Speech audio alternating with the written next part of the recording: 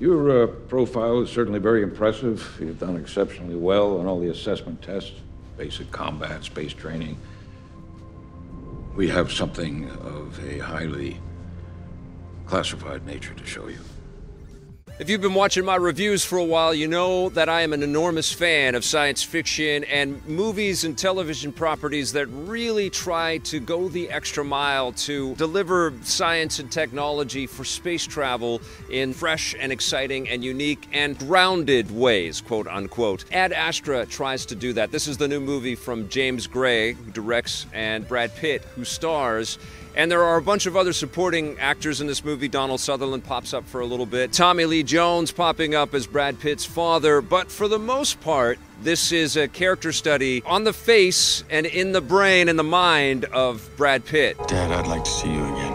I'm not going to tell you the big sort of plot device that's here, except to say that Brad Pitt, who is an astronaut, has a very famous father, played by Tommy Lee Jones, who was also an astronaut. He is sent on a military mission to go and retrieve his father, who is stuck at the very edges of our solar system. We believe your father is still alive near Neptune.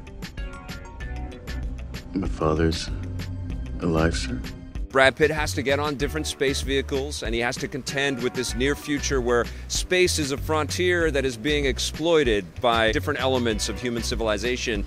And there's a very exciting and super unique sequence where he's on the moon, which has become this space station where people can get into other spaceships and fly farther into the solar system and then into the interstellar galaxy, presumably. But he's on the moon, and he's getting to his spaceship inside of a moon craft, a moon rover, and then a couple of pirate moon rovers come and start firing at him. Alpha, we have what looks like unidentified rovers approaching our position. Possible pirate activity.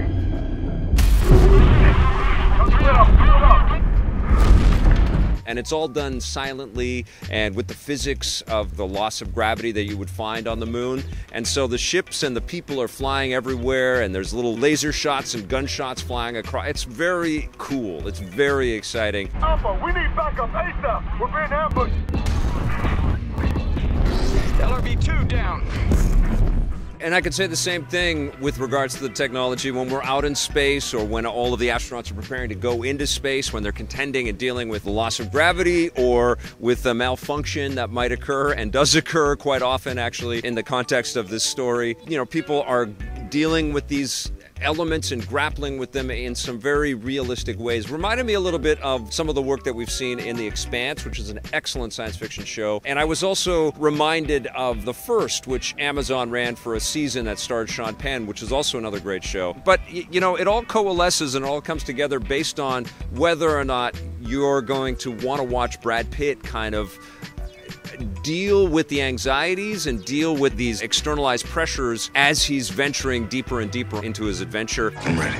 James Gray likes to put the camera right up Brad Pitt's nose. We are so close to Brad Pitt in this movie, it started to get a little uncomfortable. I mean, the guy is probably the most handsome man in the universe. Well, thank you. But the camera's just so much on him and so in his face that it's like, okay, like I can memorize every pore on this guy's face now. There's so much of his skin and his eyeball, and clearly James Gray is as infatuated with Brad Pitt's face as moviegoers have been for many, many years, and he just wanted to use that as his special effect. And it's effective in small doses, but I just thought, okay, this is overwhelming. Like, we're just so in it. We're on him all the time. Pitt is a man of action. His astronaut can do pretty much anything and deal with anything. He's got the ability to keep his heart rate low, and he acts with purpose and determination and resolve, and he's got the ability to survive a whole bunch of crazy things. Some of them don't make sense, I do have to say that. But what I really enjoyed about this movie, of course, there's the examination of family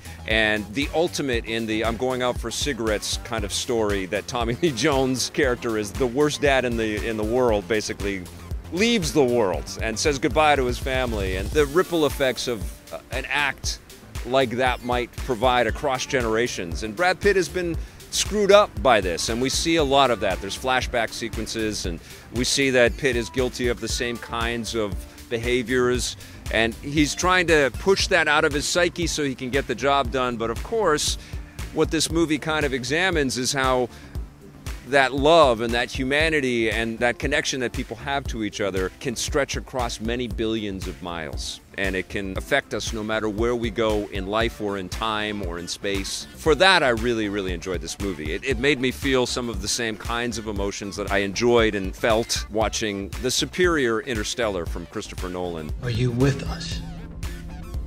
Yes, I am, sir.